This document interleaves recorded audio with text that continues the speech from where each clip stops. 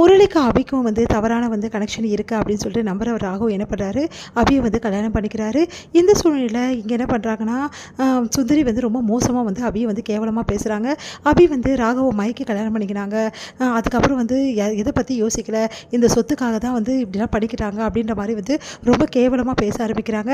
இதை தாங்க முடியாத அபியால் தாங்கிக்கவே முடியல. அவங்க பயங்கரமாக கதறி அழறாங்க.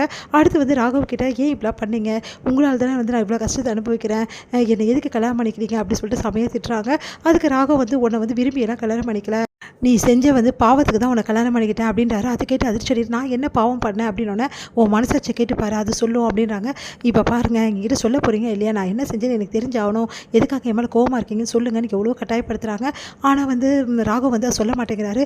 அதெல்லாம் என் வாயில் நான் சொல்லவே முடியாது, கூடிய சீக்கிரம் நீ தெரிஞ்சுப்ப, நீ பண்ண பாவத்துக்கு தான் நான் இந்த தாலியை கட்டினேன், மற்றபடி உன் கூட வாழறதுக்காக கட்டல.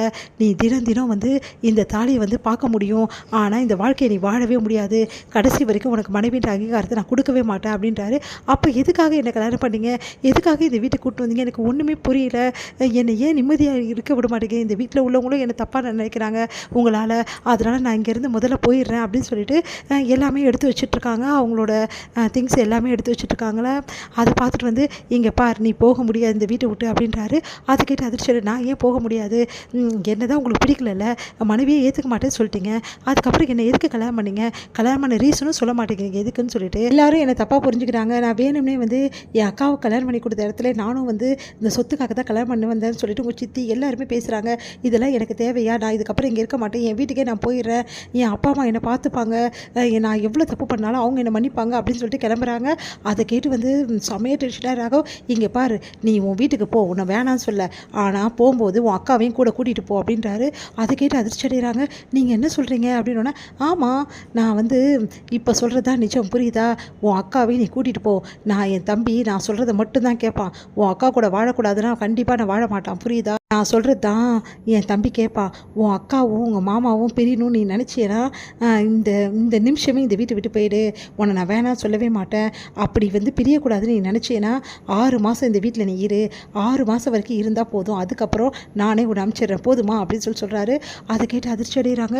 நீங்கள் என்ன சொல்கிறீங்க அப்படின்னு, ஆமாம், வேறு வழியே கிடையாது உனக்கு, இந்த வீட்டில் தான் நீ இருந்தாகணும், மற்றவங்களை பொறுத்த வரைக்கும் புருஷன் பொண்டாட்டியாக நீ வாழ்ந்து தான் ஆகணும், நம்ம பொறுத்த வரைக்கும் நம்ம 2 பேர் வந்து தனித்தனியாக இருக்கோம், ஆனால் வெளி உலகத்துக்கு நீயும் நானும் புருஷன் பொண்டாட்டி, அதன்படி அவங்க என்ன சொல்கிறாங்களோ வீட்டில் எல்லாரும் அதன்படி நீ வாழ்ந்து தான் ஆகணும், எக்காரணம் கூட இந்த வீட்டை விட்டு நீ போகவே முடியாது, அப்படி போனீன்னா நான் சொன்னது தான் நடக்கும், அடுத்த நிமிஷமே நடக்கும், நான் சொன்னால் செய்வேன், அது உனக்கு நல்லா தெரியும் அப்படின்றாங்க. அதை கேட்டு அதிர்ச்சி அடைகிறாங்க. வேணாம், என் அக்கா வாழ்க்கையை வந்து பாழாக்காதீங்க, என் அக்கா பாவம், சரி நீங்கள் சொல்கிறபடி நான் வீட்டை விட்டு போல போதுமா அப்படின்னு சொல்லிட்டு பயங்கரமாக அழ ஆரம்பிக்கிறாங்க. அபி அவங்களால தாங்கிக்கவே முடியல. வேணாம் என்னால் என் அக்கா வாழ்க்கை பாழாக்கக்கூடாது, பாவம் என் அக்கா எவ்வளோ கஷ்டப்பட்டு ஆகாஷ் சாரை வந்து விரும்பி கல்யாணம் பண்ணிக்கிட்டா, இப்போ நம்ம வந்து இந்த வாழ்க்கை வந்து அவளுக்கு நிலைக்கணும், அதனால் நம்ம அமைதியாக தான் இருக்கணும் அப்படின்னு சொல்லிட்டு முடிவு பண்ணுறாங்க. அபி இங்கே வந்து அபி வந்து அழுதுட்ருக்காங்க. இங்கே பார், எது அழுகுறதாலும் என்ன பண்ணாலும் ரூம்லேயே அழு, வெளியெல்லாம் வந்து அப்புறம் அவ்வளோதான் அப்படின்னு சொல்லிட்டு போகிறாரு. சே, இவன் இந்த ஆள்லாம் மனுஷனா, சே இவ்வளோ மோசமாக நடந்துக்கிறாரு அப்படின்னு சொல்லிட்டு மனசு கஷ்டப்படுறாங்க. அபி வீட்டில் உள்ளவங்க எல்லாருமே வந்து ஒரு யோசனை பண்ணுறாங்க. இந்த மாதிரி அபிக்கும் ராகுவுக்கும் வந்து யாருக்கும் தெரியாமல் திடீர்னு கல்யாணம் நடந்துருச்சு, அது வந்து நம்ம ஏற்றுக்க முடியாத நிலமையில் இருந்துக்கோம், இவங்க 2 பேருக்கும் ஆல்ரெடி ஃபிக்ஸ் பண்ணலை, எதுவுமே நடக்கலை, சம்பிரதாயம் சாங்கியம் எதுவுமே நடக்காமல் இருக்குது, அதனால் வந்து இவங்களுக்கு எல்லாத்தையுமே வந்து ஒன்றா நடத்திடணும் அப்படின்னு சொல்லிட்டு பாட்டி அதுக்கப்புறம் அஞ்சலி எல்லாருமே முடிவு பண்ணுறாங்க. அதனால் அபியும் ராகுவுக்கும் வந்து எல்லாத்தையும் சம்பிரதாயம் தான் சாங்கியம் நடத்தலாம்னு சொல்லிட்டு நாள் குறிக்கிறாங்க. இதை வந்து ராகுவ் கிட்டவும் அபிக்கிட்டையும் சொல்கிறாங்க. ராகுவ் வந்து இதெல்லாம் ஒன்றும் தேவையில்லை அப்படின்னு சொல்லிட்டு மறுக்கிறாரு. எல்லாரும் அதிர்ச்சி அடைகிறாங்க.